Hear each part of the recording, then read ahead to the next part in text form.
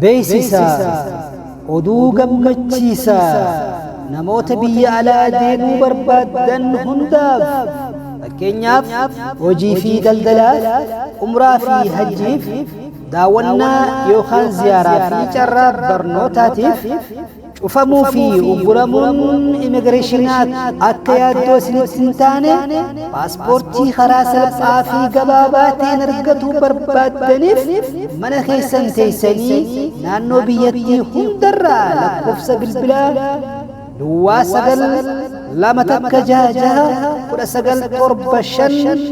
kanaan toora telegiraamii fi waasaappiin qunnamtanii galmooytanii xumurachuu akka dandeessan isin hubachiifna. akkasumas haaromsa paaspoortii dabalatee ispoonsara biyya feetanii waliin isin qunnamsiisuufis toorri telegiraamii fi waasaappii keenyaa banaadha isiniin jenna. hubachiisa nu biratti galmooytanii paaspoortiin keessan turtii guyyaa 15 hamma ji'atti kan fudhattan ta'uu cimsinee isin hubachiifna.